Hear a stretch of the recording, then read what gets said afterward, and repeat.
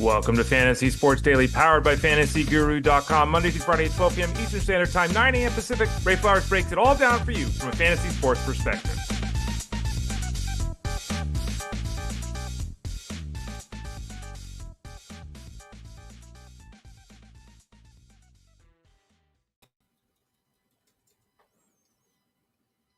Welcome to Fantasy Sports Daily, powered by FantasyGuru.com. Hope you are doing well wherever you might be. I am Ray Flowers, your intrepid host. I have something in my eyeball.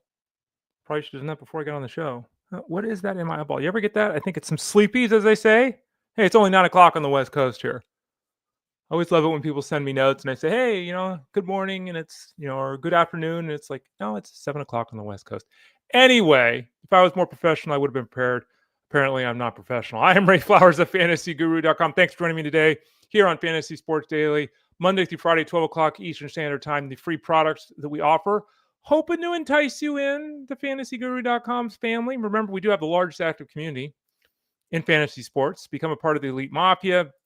Get signed up for any of our products, the baseball product, the football product, basketball, hockey, NASCAR, PGA, MMA, horse racing, on and on, CFL, college football, all that good stuff over at FantasyGuru.com. Just click the subscribe tab in the top right corner. It's real simple. And you just go through there. And if it's not simple, if it's confusing, or if you want to add this product to that product and it's not an option, send a note to support at FantasyGuru.com. Support at FantasyGuru.com and say, hey, I'd like to do A, B, and C. What do you think? We're pretty agreeable to creating packages. Don't tell the tech team I'm telling you this, or the support team or customer service, but we're pretty agreeable to creating packages. You might want to do something like, hey, I'd like to get MMA. I'd like to get that along with horse racing and football. What can you guys do? So send a note to support at FantasyGuru.com. This show is FSD, Monday through Friday, 12 o'clock Eastern Standard Time. Justin Fensterman is back this week, which means I will be with you moving forward Monday, Tuesday, Thursday, Friday. Justin Fensterman will be with you, on Wednesdays tomorrow. Each of the days of the week, I ride solo Monday. Tuesday, it's me and Armando Marsal. We'll talk to him in about 25 minutes. Wednesdays, it's Rich Miletto and Justin Fensterman. Thursdays, it's me and Tyler Beaker. And Fridays, it is me and Russell Clay. So that's kind of the schedule. That's the schedule we're going to hopefully and likely continue on to the football season starting this week, of course. Next week, as I've discussed here previously, we won't be talking any baseball on Mondays. We have to transition the Monday show over to all football now, but we will still talk the rest of the week. I'm here. I will be talking baseball with all you half the show, football half the show. We'll keep that going until the season is over. Rankings have been updated at FantasyGuru.com for baseball. In the chat room, answering questions over there at FG, so check that out. In terms of this show, again, 12 to 1, about an hour each day. Then we've got the Elite Sports Show on SiriusXM Fantasy Sports Radio. That's from 2 to 5 p.m. Eastern Standard Time. Listen and watch here. Take a break for an hour. Listen and watch over there. Actually, just listen. You can't watch that show. I'm with Jeff every Wednesday, so I should be with him tomorrow over there on SiriusXM Fantasy Sports Radio. Many ways to get involved with us here. 3 ways you can watch the show live, leave comments and questions. Twitter X at Fantasy Guru site, Facebook.com/FantasyGuruHQ, or YouTube at YouTube.com/@ElitePlusNetwork. Leave comments, questions, and such, and we can address it, as you can see there. Angela says he's waiting for us to cover fantasy cornhole. That's actually a thing. They have cornhole. It's like on ESPN 18 or whatever. Probably not going to cover it, though. John G says, who's your biggest surprise bat and biggest surprise arm this year? Oh, I'd have to look that up. That's a good question. Let's pull up. I got a lot going on, just so everyone knows. Some family stuff going on and stuff. So I'm kind of here, kind of there, kind of all over the place. So let's pull up a player rater and take a look on offense, just so I make sure I don't forget some obvious player. Cal Raleigh, guys hitting 50-plus home runs, might win the MVP. Pete Crow Armstrong is probably the answer. Actually, we're going to talk about him in a few minutes. It's Pete Crow Armstrong or Geraldo Perdomo. I didn't think Perdomo was going to play every day. I thought Jordan Lawlar would get called up sooner. I thought Perdomo would become more of a super flex option for this team. So I'll say Perdomo, but PCA is right there with them, those two guys on the offensive side of thing. On the pitching front, can we say Aroldis Chapman? He just got a contract extension from the Red Sox. He's been fantastic. If we're talking about a starting pitcher, Jacob deGrom, I didn't expect this. Even those of you that were fans of Jacob deGrom, you didn't expect this either. Come on, you didn't expect it to be this good. Those are a couple names there. as well. All right. Morning, Elite Mafia. Let's go. According to Jeffrey E. Morning, Jeffrey.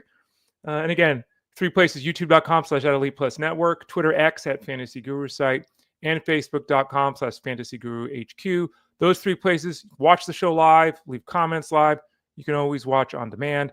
And then, of course, you can go to fantasyguru.com, click on the Elite Plus tab in the top bar of the page, find the show there, or just type in Fantasy Sports Daily to your podcast network. As you can see there on the screen, we got some things to talk about, including PCA, who we just mentioned. Colson, Montgomery, Blaze Alexander, Jordan Lawlar. What is going on there? Oh, boy. Oh, boy. We'll talk about that in a second. Michael Harris, Emilio Pagan, Trevor Megill, Manaea, Luis Garcia, Parker Messick, Kyle Bradish, Jacob Misiorowski, Spencer Strider, and Shane Baz. Some of that is good. Some of that not so good. So we'll talk about that. And, of course, again, in about 25 minutes, we'll talk with Armando Marsal about what's going on in the world of football. Lots of storylines there to discuss. So we will hit that up with him. Joe B says the following: Hey, Ray, sending positive vibes to you and the family. Appreciate that, Joe. Thank you. What are you thinking with Judkins? Is it worth holding on to him or switching him out for Chris Rodriguez or Damian Pierce? Number one, I would say this, everyone, and this is just the standard: cuff your guys. The random grabbing of the running backs, we're just random grabbing running backs, hoping someone gets hurt. So cuff your own guys. Judkins, I would have never drafted. Judkins. I don't like guys that have off-the-field issues that get in the way. Judkins still does not even have a contract. He's not officially even part of the Browns unless he signed a contract last 30 minutes that I missed. Not even officially on the roster. Missed everything this camp. So, I mean, even if he signs today, he's not – I mean, even if he signs today, even if he's active like next week, not going to play. If he signs today, he's probably 3 or 4 weeks away from even being active. So holding Judkins, I mean, you're probably talking week 5 or 6 before he's even a viable option if he signs right now. So again, I'm just no. So for me, I'd go Rodriguez over Judkins. But again, you could hit a home run with Judkins in the second half. It really comes down how much patience you have and what does your roster look like. Because once bye weeks start and the injuries start, it's not like you can put Judkins on the injured list. He's not injured. Maybe you're in a improperly constructed league that allows you to put guys that aren't playing on the injured list. It shouldn't. I know some leagues, some formats do that. But unless you can stash him, Judkins on a non-active roster spot, almost impossible to roster him at this point in time. All right, let's talk some baseball. Probably should answer that when we had the football talk with Armando Marsal. So sorry about that, everybody. Let's talk a little bit about the situation with Pico Armstrong. I mentioned him earlier. He's probably the surprise player of the year. He's been absolutely, stupendous. And we've talked about this a lot. He has been, he's basically a second-year player who's on the cusp of going 30-30, which is astounding. I've said this a lot. I was hoping he'd go 15-30 this year. And I thought maybe 20-30 if everything went right. He's going to go 30-30. He needs 2 home runs. Now, he also was dropped to 7th in the batting order yesterday. Not good. He's gone hitless in 3 straight games. In August, he hit 160 with a 216 on-base percentage. He's really bad right now. Like, really bad right now.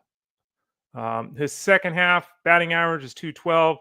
His second half OPS is 624. So this is an example. If you're in a roto league, I think it's almost impossible to bench him. Maybe for a matchup or 2, certainly against lefties. Keep an eye on the batting order move. If you're in a head-to-head setup, he got you here, but dropping him in the order, not producing at all, it's rough. So be very cautious if you're still just rolling him out there without looking at your options. Maybe he still is the best option for you in your fantasy baseball team, but make sure you check that bench out. Maybe you got a Jeremiah Jackson sitting there and you want to give him a shot for a couple of days. Give it a look because Pico Armstrong is in one hell of a slump, and it's been an extensive slump. And as we've talked about all season, he has been over his head. This came up in Discord earlier today. Someone was talking to me about Willie Adames. Remember, guys can start out hot or cold. Guys can finish hot or cold. Generally speaking, not always, but generally speaking, over the course of 162 games, players are kind of who they're supposed to be, right? Pico Armstrong is already wildly past everyone's expectations. He's probably going to have, logical to think he's going to have a slow second half. Willie Adames, who we're talking about, we've talked about on this show and I've written about it, FG. Very reasonable to think with his slow start, he was going to speed up, which he's done in the second half. It's not about, is this guy an August player? Is this guy a March player? Or excuse me, April player? It's not about that. It's more about the equalization of things over the long haul.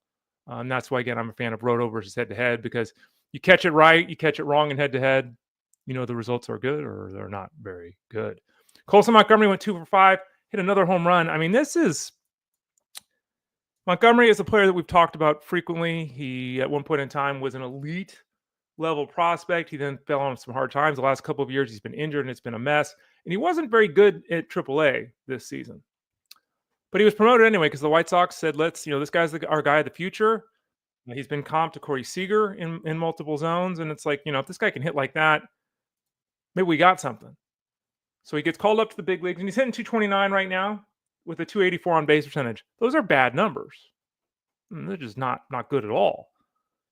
But he is blasting the baseball. His slugging percentage is 530. His isolated power is over 300.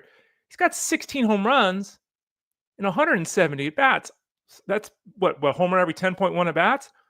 That's impossible for him to sustain. And we keep waiting for the other shoe to drop, as they say, but it's not happening right now. And that's a home run in 2 straight games. That's that's 6 home runs in 8 games. Like, wow. 28% strikeout rate. We can live with that. It's high. It is a bit lower than the 33% mark on the minors. So we'll take some solace in that. The bottom line is right now, he's been very fortunate in the home run to fly ball ratio. He's been pulling the ball an awful lot, 51%. The strikeout rate is pretty high. There is the potential for him to hit 173 in September. So be cautious with Montgomery. But right now, he's producing like he's a Willie Adames plus. And I don't know if he's that guy long term. He should be better than that, actually. But right now, he's hitting home runs and pretty exciting. Now, Blaze Alexander is somebody we talked about yesterday when we reviewed the fab runs and everything, and he was added in a couple of leagues. And I had a discussion briefly this morning in Discord over at FG as well, talking about Jordan Lawlar. Jordan Lawlar went over 3 with 2 strikeouts. He's over 30. This has been a catastrophically terrible start to his career.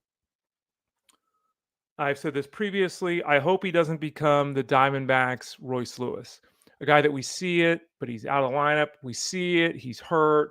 We see it. He's demoted. I hope this doesn't happen. And it's 30 at-bats, and in the long run, it doesn't mean anything. Someone was saying this is about the worst start I've ever seen. It's terrible. And I don't know what the worst start is all time. I do know that Willie Mays was like 1 for 26 to start his career. There's a famous story. He went to Leo DeRocher crying and said, "You have to send me back to the minor leagues." Willie Mays is arguably the greatest baseball player of all time. He's in the conversation. I think he was 1 for 26 to start his career. So this happens, but this is rough. And Jordan Lawlar was actually removed for defense yesterday. I have said it repeatedly. I will restate it again. I don't care if he's over 30. You got to play him every day. Playing Blaze Alexander over Jordan Lawlar, what is it doing for you? It's doing nothing for you. Blaze Alexander is what he is. Jordan Lawlar could be the face of your franchise with Corbin Carroll for the next 10 years. So hopefully they'll continue to play him. The numbers at AAA are astounding. He is a 30-30 talent, Jordan Lawlar. Hopefully they play him down the stretch. We'll see how it goes. Blaze Alexander played center field yesterday as the team kind of admitting that, we understand, as we talked about yesterday, that we understand that Alexander can't have this guy block Jordan Lawlar. We can't. He's done well. He's been productive. He's part of our team. Let's get him some outfield work. Let's get him some infield work. Let's make him that sub while Jordan Lawlar becomes our third baseman. Let's hope they stick with that down the stretch. I have Jordan Lawlar in multiple leagues. I think I have him both in labor and the FSGA leagues. I only have him active in labor because I have to this week, because when you add a player in that league, you have to have him active. I did not activate him in FSGA unless I'm losing my mind, which is possible. I could have lost my mind. Someone argued that I lost my mind a long time ago. Let me verify that before I say it to everybody. I left him on the bench this week. So hopefully the stroke will come around soon. I anticipate it will. Still a huge Jordan Lawlar fan long term. Speaking of a guy that started slowly and that really picked things up, Michael Harris drove in 4 runs while going 2 for 4 yesterday. And, this is another example, much like the one with Willie Adames that we were discussing earlier, that Michael Harris was terrible in the first half. And I said, even if he got going, he's never going to catch up. Holy crap, he's caught up. He has basically matched his production from last year, which is astounding given how atrocious he was. He's now 3 home runs away from going 2015. Harris continues to produce. You look at his OPS on a per month basis. Let's pull this up as we're just having this discussion. 614, 608, 426. In the first half, his OPS was 551, which is vomit-inducing. July, 850. August, 885. In the second half of the season, remember, it's 551 in the first half. In the second half of the season, 962. He's gone from being one of the handful of players in baseball that could be considered the worst everyday player in the entire league to a 962 OPS, which is an MVP level number. It's been absolutely remarkable, his turnaround here in the second half. That's why you never give up on talent. That's why you always continue to believe in the talent. He's played 43 games. He's hitting .335 with 11 home runs, 33 RBIs, and 25 runs scored. Mad shout out to him because he obviously could have mailed it in. It could have just been one of those years, but he fought through it, has found his stroke, and he is now carrying this offense. We've taken advantage of that in DFS and in the wagering market over at fantasyguru.com. All right, let's talk some pitching here. Emilio Pagan is somebody that I warned about a lot in the first half. And if you look at Pagan's numbers to date, I would have to say that I was wrong. You know, he's got 25 saves, 26 saves. He's got 26 saves. Now, he's up to 4 losses and 6 blown saves, which is really bad. The ERA is up to 3.34, which is still a good number, but it was like under 1 for a long time. So he's certainly regressed, has Emilio Pagan. And that, again, is not surprising. He was completely pitching over his head. He's 34 years old. He's been around a long time, all that. It's really tough to get a handle on pitching in the bullpens because we know how this goes. You look at the numbers here. His last 5 1/3 innings, he's given up 5 runs and 3 homers. That's awful. Is he losing the job in the 9th inning? No, he's not. But Tony Santillan is actually pitching better. And you can make the case that even though it's Pagan that's got all the saves, that Santillan's been not only the better pitcher this season, he's been the more consistent pitcher, and he's certainly the better pitcher right now. He only has 4 saves, but he has 29 holds. So for those of you in a Souls League, if you want Santillan over Pagan, you're actually ahead. But the bottom line is Santillan is somebody that, you know, he could be on the waiver wire. If you are hunting for saves, possible that he gets in the mix here with Pagan struggling a little bit here the last handful of times out. No seed change, no announcement, nothing like that, but just, you know, something there to think about because Pagan still has some regression that I can see coming to him. And while we're talking about positive regression in the case of Adames and Harris, it's negative regression in the case of Emilio Pagan. Trevor Megill, another reliever who's on the shelf with that flexor strain in his arm, who has said he believes it'll be 2 weeks and he'll be back at the big league roster. He's going to throw a bullpen session Thursday, not tomorrow, Thursday. Huge day, right? Huge day because that will determine if he's got a legit chance to come back in 2 weeks. That effort could, in theory, end his regular season. I mean, it all depends on how it goes, right? So huge day this week with him. Obviously, Abner Uribe continues to be the name to own. Uribe, and again, this is why I love Souls Leagues, because Uribe, who we talked about yesterday, you know, people spent some big money on him in leagues I was in. Uribe's been fantastic this year. His whip is 1.1. His ERA is 1.9. He's got 35 holds, 80 strikeouts in 66 innings. That deserves to be rewarded, that kind of effort. And now he's getting a few save opportunities. Could close out the year as the closer for the Brewers, pending that throwing session and how Megill responds. But bottom line is Uribe certainly has found his groove. And remember, too, it's a while ago, but in 2023 as a rookie, he made 32 appearances, had a 1.76 ERA. He was really good. Last year was very poor, but he's found his footing. And the Brewers, as they have done oftentimes in the recent past, have had a very strong bullpen, Uribe being a big part of that. Going to the starting rotation, Sean Manaea gave up 5 runs in 3 2/3 innings against the Tigers. And Manaea, you know, we all know what's going on with him this year, and it just hasn't happened, right? He's been injured. He's missed all kinds of time. He's getting strikeouts, but he's struggling. Let's pull up. I don't think he's gone. How many times has he gone 5 innings since he's come back? Like, he's not even going deep enough into games right now for the Mets to qualify for victories. 1 in 5 outings, he's thrown 5 innings, and it was exactly 5. So he's having a hard time going deep into games. Since the start of August, he has made 6 appearances. He's allowed 24 runs in 27 innings. Now that's unusable, and that's bleh. Does have 37 strikeouts in 27 innings. Does have only 5 walks. So this is the hard part about him. The strikeout rate is great. The walk rate is great. 390 batting average in balls in play is stupid. That number is going to be 100 points lower long term. 58% left on base percentage. That number is going up 15 percentage points. Like we know these things are happening. Things are happening, but it's not happening right now. And so I don't know how you would start him. I just don't know. Again, if you're hoping, we're seeing signs here, but the volatility is just too high. So Manaea can't be started. I wouldn't be streaming him at the moment with any level of confidence. Rough go here for him. Luis Garcia with the Astros, very interesting. Gave up 3 hits, 3 runs, and a quality start against the Angels yesterday. Again, Angels are a team we can attack with pitchers right now, not hitting very well as a group. Garcia has taken about 2 years to come back from Tommy John surgery, and there was a lot of talk recently. He struggled when he was coming back. He couldn't quite get healthy. His arm didn't feel right. So they shortened up his arm motion, which apparently is leading to good results. It's allowing him to stay healthy. His arm feels better, and he had good results yesterday. Now, at the same time, he did have 6 strikeouts and no walks yesterday, but the only pitch that really was working yesterday was the cutter. He's not a big strikeout guy. He faces the Rangers coming up next. We've talked about the Rangers, who now, as last night, Adolis Garcia got hurt, and he might go to the injured list. And so at some point, even though the Rangers are trending in the right direction, and Garcia being one of those guys that was hitting, you start talking about all the guys that are Simeon's out of the lineup, Seager's out of the lineup. Sounds like Garcia is probably going to be out of the lineup next time out when he faces Garcia and the Astros. Garcia starts becoming a streaming option.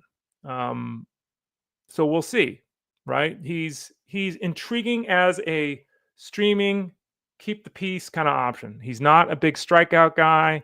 It's taken a long time for him to come back from the surgery, so it's unclear how much runway we're going to get there, how well he's going to pitch. Solid effort last night, enough to say against the Rangers next time out? Maybe. Parker Messick allowed 3 runs, 9 hits against the Red Sox on Monday. Obviously, Messick had a rough outing there, and I've said this a lot here the last couple of weeks when people are looking to stream guys. Streaming pitchers against the Red Sox is not a great idea. They're just a good offense right now. Messick has made 3 starts to the big league level. Overall, he's been very effective. He's walked a total of 3 guys and hasn't given up a home run. And that'll play. That'll play anytime, anywhere. The 20% strikeout rate is not very good. Does have a, 42%, 43% ground ball rate, which is passable. He looks kind of like a 4th or 5th starter. And newsflash, he's kind of a 4th or 5th starter. So this result is about right. There is potential long-term for maybe him to be a 3 or a 4, right? Right now, he's kind of not. But just because he had that rough effort yesterday shouldn't erase the fact that, he's looked pretty decent here in his first 3 outings. Should get another ability to face the to face the Rays next time out. He is a streaming option in deeper leagues in that scenario. So we'll continue to follow him in his start to his big league career. Kyle Bradish, who was, fantastic. We were all excited about Bradish. He was like the highest paid guy we talked about yesterday here on the show. Goes out against the Padres. Gave up 2 runs. Okay, that's great. Only pitched 4 innings. On the other side, Dylan Cease did the same thing. I think Cease used like 91 pitches to get through 4 innings. Yesterday, Bradish used 84 pitches to get through 4 innings. So both Cease and Bradish got pulled. Bradish is set to face the Pirates next time out because at this point in time, the Orioles are saying they're going to go with the 6-man rotation. So Bradish is done for the week. Unfortunately, yesterday's game wasn't allowed to go deep enough for it to be a usable fantasy effort. Facing the Padres is always challenging because they've got a bunch of guys. Shout out to Luis Arias, who had his 1,000th hit yesterday. But Bradish, still is somebody against the Pirates next week. I'm starting him with a fair level of confidence, despite what we saw yesterday and the struggles to go deep into that game. Jacob Misiorowski gave up 3 runs and 4 in a 3rd innings. He threw 73 pitches. He's set to face the Pirates next time out. I'm not going to bench Jacob in that outing against the Pirates. I will say this, though, and this is something, we're looking at Misiorowski here, and these are since the All-Star game, these are his innings pitch marks. 3.2, 4, 1.1, 4, 5.0, 4.1. Only once in his last 6 starts has he gone 5 innings.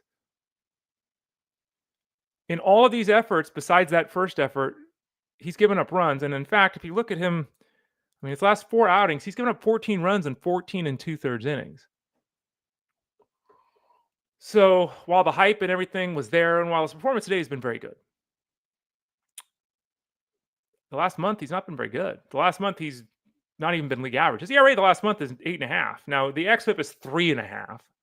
So let's not get crazy. So has 22 strikeouts in 14 innings, but he's also walked 8 guys. The walks now starting to become an issue a little bit. The ability, as we've discussed, to go deeper into games has become an issue with a little bit. So while Misiorowski is luminous future and he's amazing to watch on a per outing basis, his performance on a per outing basis has been spotty. Hasn't been going deep enough in the game to even qualify for a victory most of the time. Still starting against the Pirates, but not as a positive an outlook right now as we had with him a month ago. Spencer Strider. Spencer Strider. Last time out, Spencer Strider looked good. We talked about the IBV. What am I trying to say? The induced vertical break, IVB, induced vertical break of Spencer Strider last time out. How it's been 16 for most of the year. How it went up to 18. So the ball had that little bit of an extra carry. He had the strikeouts. He felt good. He dominated. Everything was great. Excited about him coming into this week. Difficult matchup against the Cubs. Okay. But excited about him coming into this week. He gave up 3 runs in 5 innings, which is fine, but he just 1 strikeout. Like, he did not look like the guy that was out there last time out. This now makes his next outing against Seattle much less appealing. I'm still starting him in that matchup. And again, yesterday wasn't terrible, but we're seeing a consistent yo-yo thing with Strider. We get nervous with Strider. We get excited about Strider. We get disappointed by Strider. We get excited by Strider. So, again, not a terrible effort yesterday, but he did not look as sharp as he did the previous outing. Results aside, he did not look as sharp. The stuff wasn't as good, and that does make it a little concerning now heading into that matchup with Seattle. Finally, before we talk some football with Armando Marsal, it is week 1 of the NFL season. Shane Baz. Shane Baz, on the other hand, against those Mariners, looked really good. 6 shutout innings. He has not fared well in the second half. And Shane Baz, Mr. Baz, is going to miss my expectations. He's going to miss most people's expectations, certainly going to miss mine. With 1 more victory, he will reach double digits in wins. Okay. He's got a chance to throw 162 innings and qualify for the ERA table. He's at 150. That's pretty good. He's got more than a strikeout an inning. That's pretty good. An 8.8% walk rate, basically league average. That's fine. So there are, there are pieces here, right? We can see, obviously, that there are pieces here. Now, the ground ball fly ball ratio is 1.3, a little bit better than his career mark. One of the things that's really been an issue for him this year has been the home run. He's like 1.5 home runs per 9 innings. That's a really big number and not that far off his career mark. So we'll have to get, pitching in Tampa in that outside mini Steinbrenner Stadium hasn't helped. Let me verify his performance at home before I say that. I'm sure it hasn't helped, but I don't know. I'm drawing a blank on what the actual numbers are. Home. Yeah. On the road, 0.9 home runs per 9 innings. At home, 2.2. So let's call it park-induced. The bottom line is there's enough positivities with Shane Baz to still be bullish on him heading into next season, especially since the price will be reduced because he did not step forward this year. He's had a rough second half. It was really nice to see that strong effort yesterday. And again, it's a reminder, 6 shutout innings against Seattle. That is 2 quality starts in a row. He allowed 3 runs in 6 innings of timeout before that against Cleveland.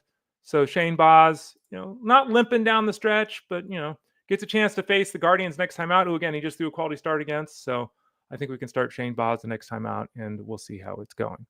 All right, so there's our baseball talk for the day. And it is a Tuesday, and every Tuesday, at about 12:30 Eastern Standard Time. Maybe it's a little earlier, a couple minutes later. Maybe it's a 25-minute visit. Maybe it's a 35-minute visit. But Armando Marsal usually joins us about 12:30 Eastern Standard Time on Tuesdays. We talk about a half hour. We talk some football. It's week 1 of the season. I know when we pull him on and show his face here, he's going to have a big smile on it because, again, we're no longer doing preseason stuff. We're knee-deep in the actual analysis for week 1. So let's bring him in, Armando Marsal of fantasyguru.com. How you doing, Armando? I'm doing good, Ray. How about yourself? Doing okay. Hanging in here. We are excited. It is week 1. I'm still, just so people know, just so they haven't forgotten, because I know they have. I've seen it. I don't start questions until Wednesday each week. There's no reason anyone should be setting a lineup on a Monday or Tuesday. There's no reason you should be setting your lineup on a Wednesday or a Thursday either. The only thing you have to decide is, do you play the guys playing Thursday night? You really shouldn't be setting your lineup until at least Friday afternoon, at least when the injury reports come out. You probably want to set your lineup on Saturday. And just to say it, because I'll be obnoxious here, don't be the person that asks on a Wednesday and say, I'll ask again on Saturday. Just ask Saturday. Okay. We have thousands, literally thousands of people asking us start-sit questions. We don't have time to answer the same questions repeatedly. So there's my little thing. Do you have a rule now too? Do you wait till Wednesday, or do you answer them earlier in the week, Armando?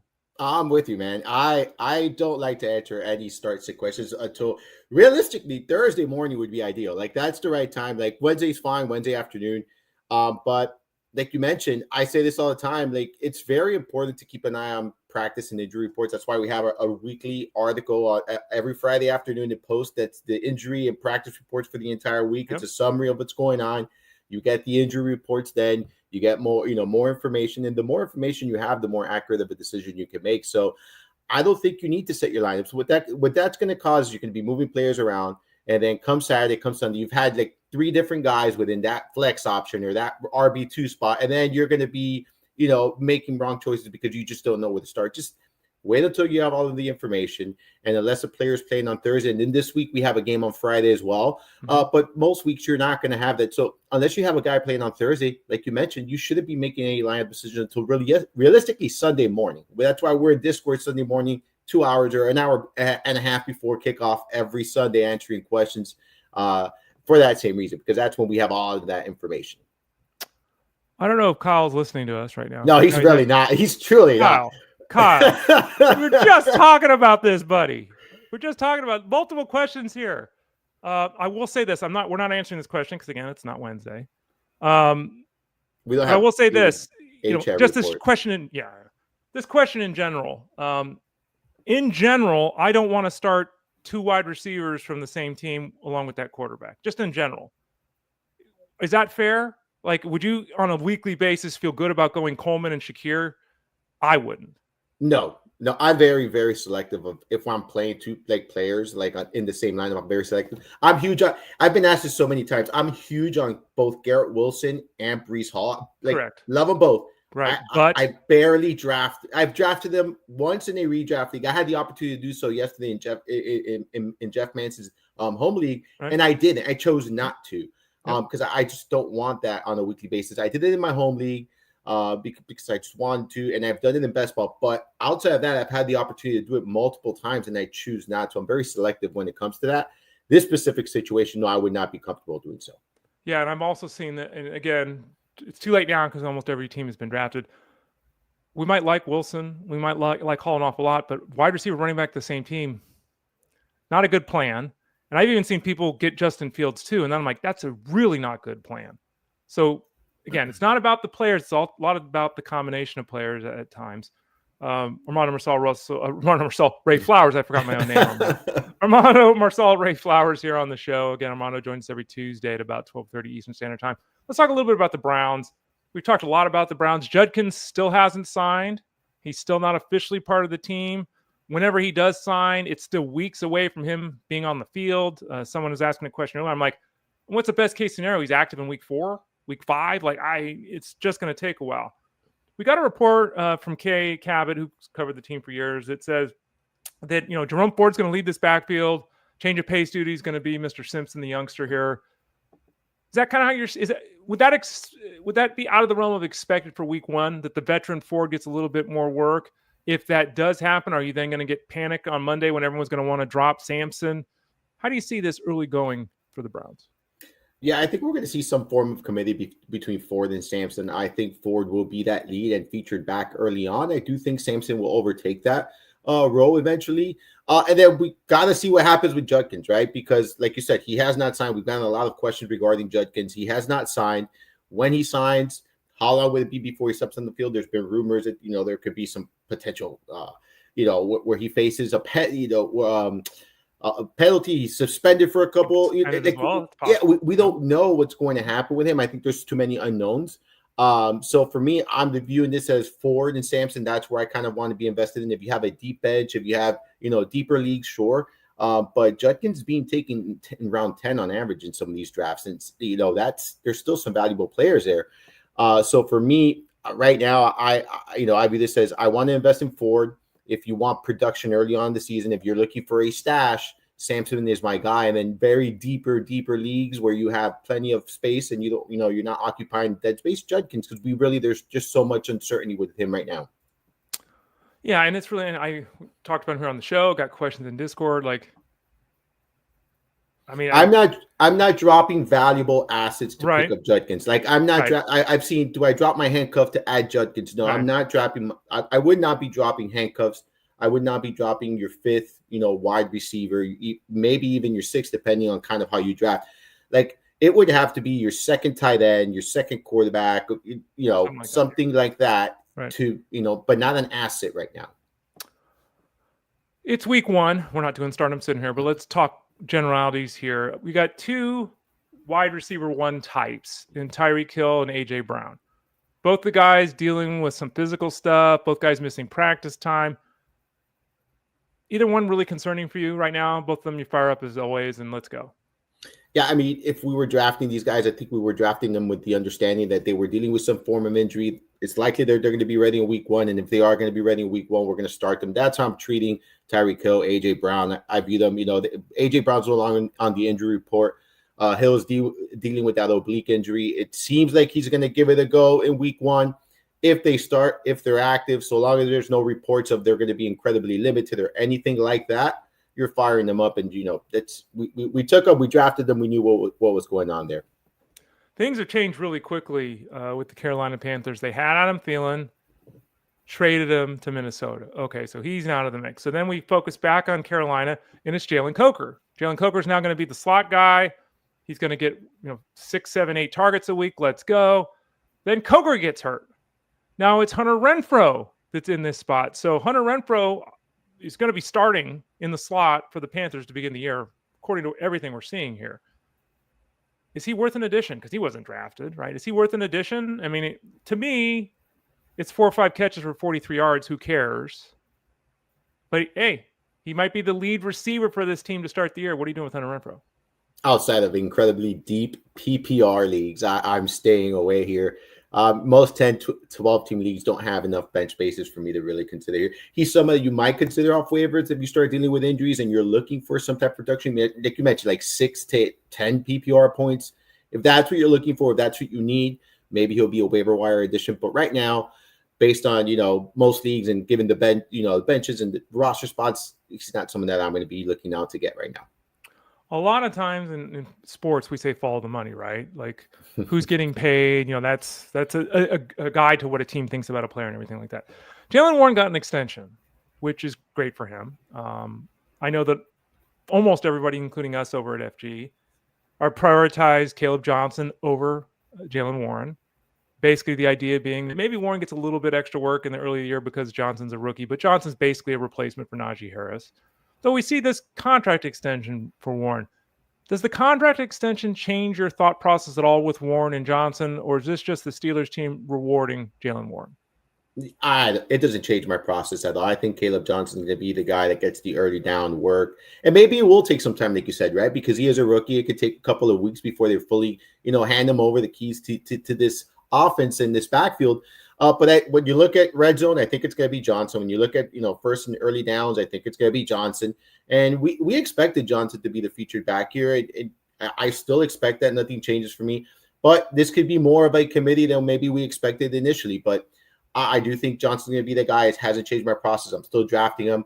But this does mean that, if you're drafting Johnson, I do think drafting Warren makes a lot of sense too. They're both going relatively cheap at this moment. Armando, what about the situation at the wide receiver spot? We've talked about both these guys previously. I just want to get kind of a final take as we head into the season here. Because at one point in time, both guys, maybe they were going to play week 1. At one point in time, maybe it was week 2 or 3. Now we're talking weeks 5 or 6. Chris Godwin and Brandon Aiyuk. We've all reasonably thought that Aiyuk was going to start the season on the PUP list. That always seemed the logical thing with him. In the case of Godwin, we heard he's going to be ready for week 1. Then we heard, maybe week 2 or week 3. Now we're hearing their GMC. Well, now it might be week 5 or later. Like, they gave him a contract extension, if I'm not mistaken. Like, I don't know what's going on with Godwin. And it seems like every 2 weeks we're hearing about a new surgery or a new injury. I don't even know anymore. Godwin or Aiyuk? Like, who do you got? Who do you want this season? If you have Aiyuk and someone offers you Godwin, you're taking the trade. Are you offering that trade? Aiyuk or Godwin? Who would you rather have on your team this season? I have Godwin ranked ahead of Aiyuk in my season-long rankings. Like I did my final adjustments, and I have Godwin just outside the top 45. I have Aiyuk outside the top 50. So I feel the fact that Godwin avoided the PUP is a good sign here. They're saying that it could be as early as week 3, it could be up to week 5. There's some uncertainty as far as the timetable is concerned, but I think the team has some optimism because they didn't place him on the PUP list. Unlike Aiyuk, where he has been placed on the PUP list, now there's talks about it could be up to week 6. There's I feel like just that negativity has been kind of clouding him throughout the offseason and things like that. So I'm a little bit more pessimistic when it comes to the Aiyuk this year. He was someone that I obviously like a lot, but I am concerned now about him and kind of avoided him in my fantasy draft. As far as Godwin's concerned, I haven't been avoiding him. He's been someone I've taken late because I do think he's a candidate that could start, after the first month of the season, and I'm okay with that based on where he's going and where I'm drafting him. Whereas Aiyuk, they're started off in the PUP list, and then they're saying now up to 6 weeks. We've heard the 8-week number as well at times. I'm just very concerned about that timetable with Aiyuk. We've all wondered, speaking of wide receivers, really, in this for about a year and a half now, what are the Packers doing at the wide receiver spot? Like, we don't really know what they're doing. They draft Matthew Golden, and it's like, is this really what you should have been doing early in the draft? And I don't know. We've gotten pretty rave reviews from Golden, the hands and the speed. And I don't know, he's 5'11", 180. He's not a big guy, but this is certainly an opportunity. Reed's beat up. We're hearing a lot of positive reports about Matthew Golden. And there are reports that suggest, man, he looks good. He might be the guy this year. He might lead this team. Like, that drumbeat is starting. Is it real? Is Matthew Golden somebody people were sleeping on? If they've got a draft tonight, is Matthew Golden the target given his ADP? What are your thoughts on the youngster with the Packers? So, yeah, I think he's a good target given his ADP right now because of the opportunities, right? You mentioned it. Like, Watson's is going to be out for multiple weeks. Reed is dinged up.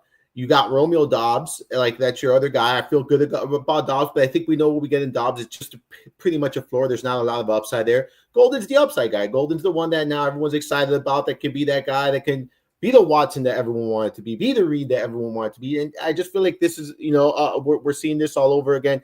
I moved Golden up simply in my rankings because when you look at the situation there's going to be opportunities, right? Like there's going to be early on opportunities or lacking pass catchers, given some of the injuries. So I think that by default, he's going to move up. I think there's going to be opportunities. If he plays well early on the season, it's going to be his job to lose, right? After those 4 weeks when Watson returns or whenever Watson does indeed return. But it's all a matter of, can that chemistry build? I've read just constant, steady, positive reports about him and Love building the chemistry, him and Love doing well in practice. Like, so all of things are looking good for Golden here. It's just a matter of, is it going to, is it going to carry into the season and is the young man going to be able to sustain the, productivity? So I moved him up. I think there's going to be opportunities. Am I going to, overdraft him? No. I have drafted him a little bit in best ball in recent drafts that I've been doing, but he's not someone I'm going to be over the field with, as far as exposure is concerned. We got a report today that Brian Thomas and Trevor Lawrence have better chemistry. So yes, let's go. I love Brian Thomas. He's so expensive, but I love him. Well, we'll see how it goes. Travis Hunter's been weird, right? Like, he's had the injury, I know, and it's how much is he going to play? Are they going to go out there in week 1 and play him like 6 snaps on defense? Like, I don't get a good sense of that. Do you off the start here? I honestly, I had this conversation with a buddy of mine. I don't think he's going to play the number of snaps that everyone thinks he's going to play. It's a different game. Like the college and the NFL, like the hits are harder. Like it's just a different speed. I don't know. I know. Listen, I get it. The guy is incredibly fit, all that stuff, man. But I don't know if he's going to be able to play 80, 90 snaps on a weekly basis. That's a lot of snaps. Kind of a lot. 100 plus, right? Like I think he was playing 100 plus, and that's a lot of snaps. We'll see. If he's tired and it's game day, let's go to Jim's question here. Should Mr. Hunter starter sit wings or pizza? I'm always starting pizza. That's me. What about you, Armando? I'm never sitting any of these. Like these are must starts every week, Ray. All right, Jim, you got to give us more options. But if we really have, to choose, I'm a pizza guy. Like I've always been a pizza guy.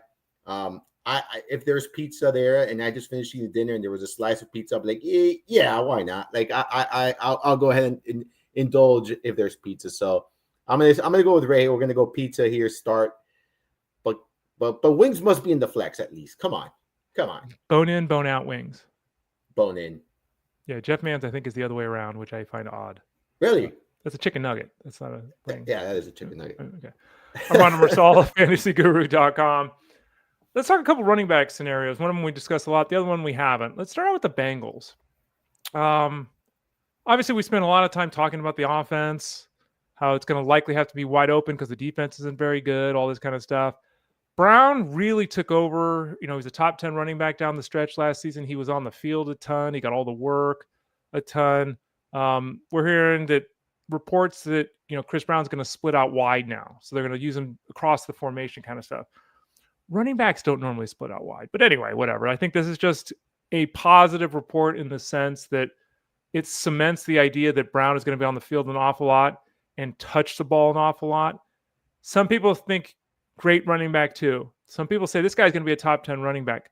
Where do you come down on Mr. Brown? I have him in my RB2 range, like that mid RB2, but I view him as an RB1 upside. I think he can easily finish as, top 12, top 10 running back, so long as he stays healthy. For me, that's a big concern. Can he stay healthy for the entirety of the season? But I do think the opportunities are going to be there. Like, I think that he's going to get all the work that he can handle here. He's someone that can catch passes to the backfield. This is why I think they're going to be moving him around. A very dynamic running back. So I do believe in the talent. I do believe in this, obviously this offense, very talented, surrounded with a bunch of weapons there. So for me, I have him penciled in as that RB2 with RB1 upside. That's how I've been drafting him, kind of as that RB2. But would I be surprised if he ends up being a top 12 back at the end of the season? No, I would not. Commanders, we've talked about this. Bill, everyone got Bill. Then we started hearing, this is weird, right? We heard a lot about Bill when Brian Robinson was there. Brian Robinson gets traded to the Niners. Then we stop hearing about Bill and we start hearing about Chris Rodriguez. I love how this goes, right? Oh, Bill's great. We don't need Brian Robinson. Brian Robinson's gone. Bill's great, but Chris Rodriguez is great. So we're hearing reports that Rodriguez did everything humanly possible this offseason. He lost weight. He worked as a receiver. He worked on his speed. What are we doing in this backfield? Is it clear cut? Because to me, I get a lot of questions from people that have had drafts and now they're looking at the waiver wire. And obviously, if you had an early draft, both guys could be on the waiver wire. Even if you had a draft recently, we know a lot of people don't handcuff. Rodriguez is out there a lot of the time. Should he be on the waiver wire? Depends on the size of your bench, really. Like for me, that's really what it depends on, and who you have to cut to get him, right? Like we talked about this, like, if I'm choosing between Rodriguez and Judkins, I'm going to go Rodriguez, right? But like if I'm choosing between, I don't know, Roschon Johnson, who we get some questions about, and Rodriguez, I kind of need Johnson because I think when healthy, he's going to be that guy, right? We know that he's been dealing with a little foot injury or whatnot.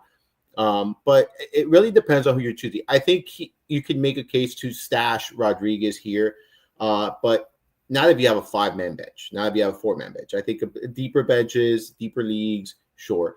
I think he's the number 3 running back in this backfield, right? I think it's Eckler, Bill, and then I think Rodriguez is going to get some work.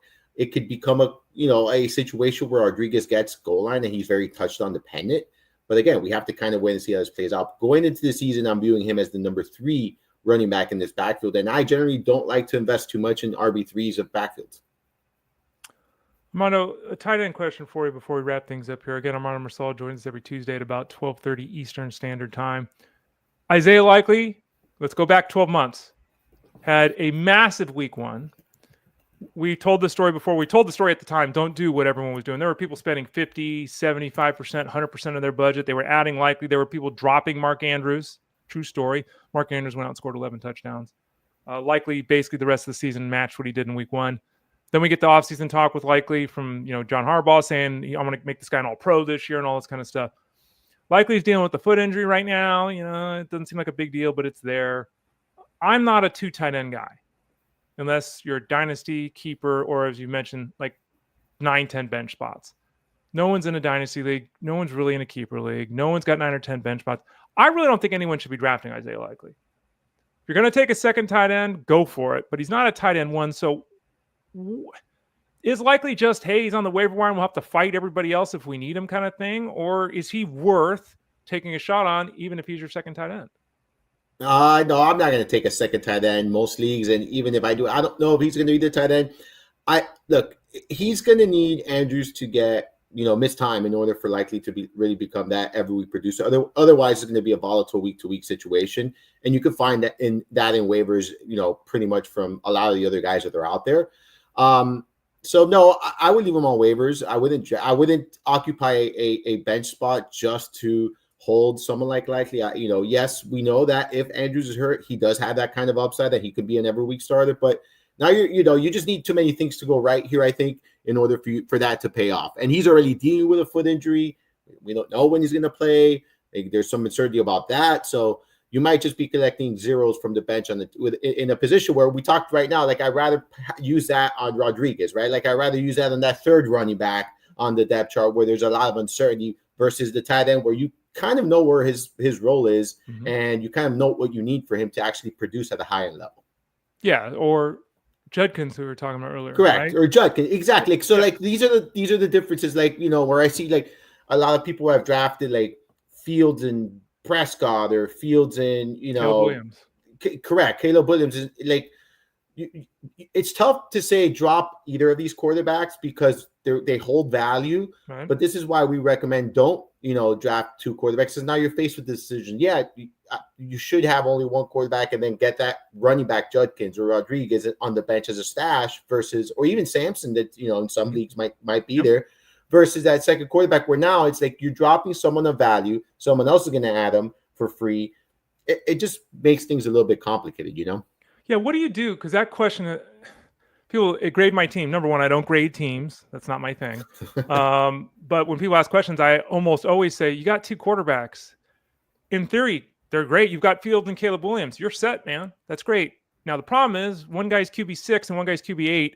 How the hell are you going to know who to start each week? The answer is you're not. You're going to guess wrong. You're going to be frustrated, right? At the same time, you did invest in theory, block someone else from having a QB1. Do you recommend, because you talked about it there, do you recommend dropping Justin Fields? Like I've said to people, look, just because everyone in your league is stupid and doesn't realize Justin Fields is going to be a QB1 this year, I get it. You took him in the 14th round because he was sitting there. I don't really want to say to somebody, now drop him. So he goes out in week 1 and he's quarterback 6. And, Michael Penix gets hurt and, Bryce Young throws 3 picks. And it's like all of a sudden these people really would love Justin Fields. So how do you play it? If you made the quote unquote mistake of taking that second quarterback, do you hold on to him to start the year or do you make a move now? I think you have to. It depends on the round you invested, number one. But I think you're stuck at that point, right? Like this is why I don't do that because you mentioned it. Like that's not even something I talked about, and that is a true statement. What you said, where you're talking about 2 potential top 10 guys that you have on your roster. And now you're torn between who to start, and you might make the wrong decision each and every week.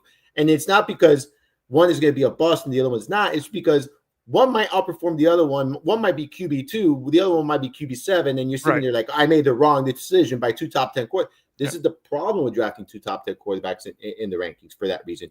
I would number one, I would hold on and see, maybe one of them goes off and you could maybe get a trade. But the trade market for quarterbacks is not great. Like it's really not great in most unless leagues. Someone like Josh Allen breaks his leg in week 1 or correct, something unexpected. Like exactly. But in a single quarterback league, the trading value for quarterbacks is very difficult, right? Like I feel like it's very difficult to move a quarterback in this kind of format. But you can also just wait, like look around you. This is what I would do. I would look around and look at everyone's starting quarterback. See if anyone is like missing a good starting quarterback. maybe make an offer for one of the two guys. You might not get exactly what you can return, but maybe you can get a handcuff that you don't have. Maybe you can get, improve your tight end position and drop your current starting tight end. There are other things you can do to maybe improve your roster if you find a way to do it and navigate that. Sure. Otherwise, wait a week. See if any of those two, if not both of those quarterbacks, have a big game. If they do have a big game, maybe try to shop them then and say, hey, I'm not looking for anything significant. I'm looking for, backup running backs, depth at the receiver position, handcuffs, whatever the case may be. It really is roster dependent. But I think if you drafted them at this point, unless there's an absolute steal on waivers right now, I think you're kind of stuck holding the bag here. We talked about Warren and the situation in the Steelers' backfield. I'm not sure if that was before or after this question from Slim Shady. So let's just hit it a little differently. He was talking about the depth chart and everything. I'll say it this way, Armando. To me, I could give a flip about the depth chart. It doesn't mean anything. It does. Yeah. Who's starting in football is irrelevant. It means nothing. The depth chart means nothing. Is this team going to go Jaylen Warren and Kenneth Gainwell and leave Caleb Johnson on the bench when both the other two running backs, weigh 197 pounds? No, it's not going to happen. Caleb Johnson's going to be involved. So I don't really care what a depth chart says. Fantasy depth charts are different because you've got stars and you're putting your own depth chart together. But the NFL depth charts don't mean much to me, Armando. What say you? Yeah, it doesn't matter to me. I mentioned it before. I like Caleb Johnson. I'm still going at, drafting him aggressively. I think he's going to be there. I think he's going to be their top running back when the season ends. Like, I do think he'll be their number one guy when you're talking about opportunities. I think he'll be that guy. Yeah, a lot of times it says, they give the veteran the start. And it gets in the big news story. Oh, Jerome Ford starting. And then at the end of the game, he's got 9 touches and Simpson's got 18. It doesn't matter. It's not like baseball. It doesn't matter. Armando Marsal of fantasyguru.com. So that's the end of our visit, but it's not the end of what we got going on at FG. Everyone can go over to FG, click the subscribe tab in the top right corner, get signed up, the rankings, the articles, all season long. We got you covered, all that kind of stuff. What does Armando Marsal's week look like? It's week 1. Lay it out for us. What do the followers, listeners, viewers have to look forward to, Armando? Yeah, so we got the staff picks. Those are going to be going live every Thursday. I know that we get antsy and we start wondering Wednesdays. Those go live on Thursdays. I try to have them up early in the morning, but by noon they should be up every Thursday there. So you'll check that out. We got obviously on Sunday we got the live stream there, the DFS live stream 11 a.m. Eastern. Chris Rose and myself will be on every Sunday. We'll be talking. The DFS slate will be on. I'll be on the Discord as well. We got the weekly NFL recap. That's obviously going to be after every Sunday. I'll usually do that overnight. So when you guys wake up in the morning, the first thing you're going to see is that weekly recap there. So then we got a lot of stuff after that each and every week. Obviously, I'll do the red zone review. I'll be doing the snap counts. I got the obviously the live streams on Tuesday nights. We got a Thursday night Discord. We got the staff picks each and every week. So lots of things that obviously the Mind of Marsal podcast this week. There's going to be 2 different episodes. I'm going to try to do multiple episodes each and every week throughout the NFL season as well. And I always spend a lot of time in Discord. It's late nights, early mornings, whatever. I'll be in there. Tag me. I'll answer the questions. So make sure I get to all of those. I try to get to all of them. Like you said, we do get a lot of questions where I try to get to each and every one of them. Sometimes I do a huge wall of answers. So if I don't get to your question, you can ask it again. But please be patient. Please be patient. Armando Marsal of fantasyguru.com. As you can tell there, podcasts, live streams, Discord, articles, all available at fantasyguru.com. Click that subscribe tab in the top right corner of the page and get signed up for a full season product with the largest active community in fantasy sports. Go to fantasyguru.com and click the Elite Plus tab at the top of the page in that toolbar. If you click that Elite Plus tab, you can find this show, all the old versions, all the old copies, all the old episodes, as well as Armando's podcast that he mentioned, The Mind of Marsal, both there. So click that Elite Plus tab at the top of the page. Armando, thanks for the visit today. Appreciate it. Best of luck in week 1. Let's go. We got 5 months of barn-burning fun moving forward. Looking forward to doing it and passing the time with you throughout 2025. Likewise, I am very much looking forward to it. It's going to be a fun and great season. He's Armando Marsal. I'm Ray Flowers. This has been Fantasy Sports Daily, Monday through Friday at 12 o'clock Eastern Standard Time. Tomorrow, the return of Justin Fensterman. I'll be back with you on Thursday and Friday. For Armando, I'm Ray. It's been Fantasy Sports Daily, powered by fantasyguru.com.